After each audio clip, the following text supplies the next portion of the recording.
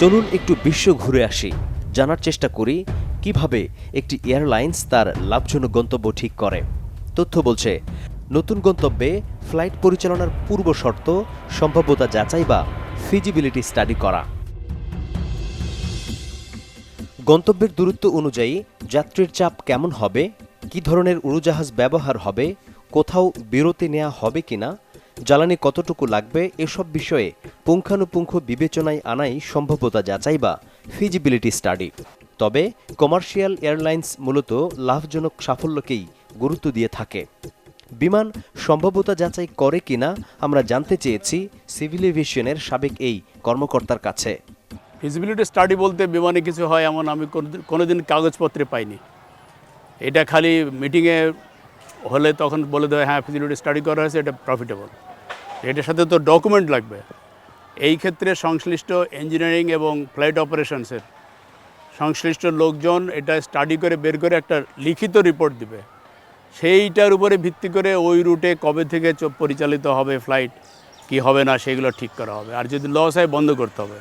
সেটা আমরা বিমানের ক্ষেত্রে করতে দেখি না। তারপরও থেমে নেই নতুন গন্তব্যে লোকসানমুখে ফ্লাইট পরিচালনার মিশন। সম্প্রতি চালু হওয়া জাপানের নারিতা রুটের কথাই ধরা যাক। তথ্য রয়েছে, 2023 সালের 1 সেপ্টেম্বরে চালুর পর থেকে এই রুটেও বিপুল পরিমাণে লোকসান গুনছে বিমান। লোকসানের বোঝা মাথায় নিয়ে বিমানের ফ্লাইট পরিচালনা আত্মঘাতী বলছিলেন বিমানের সাবেক এই ব্যবস্থাপনা পরিচালক, যিনি লোকসানের কারণে জাপানের নারিতা রুটের ফ্লাইট বন্ধ করেছিলেন। হিসেব করার পর আমরা দেখতে পাই বেশ কয়েকটা ফ্লাইটে আমাদের ভীষণ রকম ব্লিডিং হচ্ছে, এবং এটা যদি হতে থাকে বিমান যে কোনো মুহূর্তে ব্যাংক্রাফট হয়ে যাবে। তার মধ্যে যেমন ধরেন New York route, Rome route, আমাদের নারিতা রুট, ফ্রাঙ্কফুর্ট, এগুলি আমাদের তখন বন্ধ করাটা ছাড়া বিকল্প কিছু ছিল না। কারণ আমি টাকাটা কোথায় পাবো? টিকিট, আমার টাকা পাওয়ার উৎস কি? টাকা পাওয়ার উৎস হচ্ছে যে প্যাসেঞ্জার টিকিট কিনে তার টিকিটের টাকা, আমি কিছু গ্রাউন্ড হ্যান্ডলিং করি তার কিছু টাকা, বিমানের কিছু এনসিএলআরি সার্ভিস আছে সেখান থেকে কিছু টাকা। কিন্তু সেই টাকাটা আমি যে টাকাটা খরচ করি সেই টাকার তুলনায় সামান্য একটা অংশ মাত্র।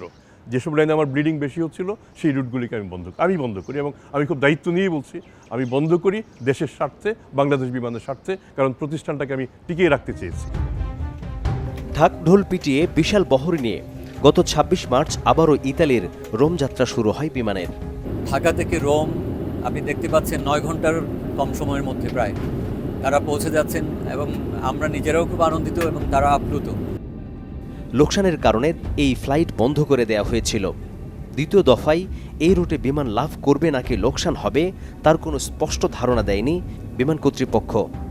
এমন লুকোচুরি নিয়ে উদ্বেগ প্রকাশ করেন বিমানের সাবেক ব্যবস্থাপনা পরিচালক ডক্টর মোমেন। আমি কার টাকা ধ্বংস করছি, কার টাকা লস হচ্ছে? এ তো আমার দেশের মানুষের টাকা। সেই টাকা এই লস করার অধিকার আমাকে কে দিয়েছে? গোপন সূত্রে জানা যায়, বিমান ইতালির রোম রুটে নামকাওয়াস্তে যে সম্ভাব্যতা যাচাই করেছে তাতে ফ্লাইট প্রতি লোকসান হবে মোটা অঙ্কের টাকা। এরই মধ্যে যাত্রীর অভাবে বাতিল করা হয়েছে একাধিক ফ্লাইট।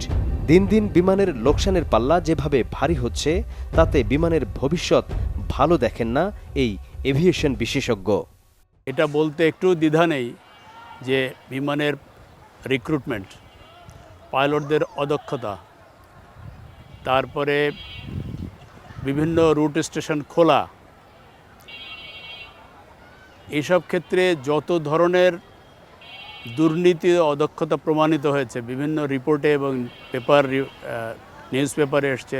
বিমান যে ডাইরেকশনে এখন যাচ্ছে, তো এই পথে চললে আমরা পরিষ্কারভাবে আমি বলতে পারি যে বিমান ভুল পথে এগোচ্ছে।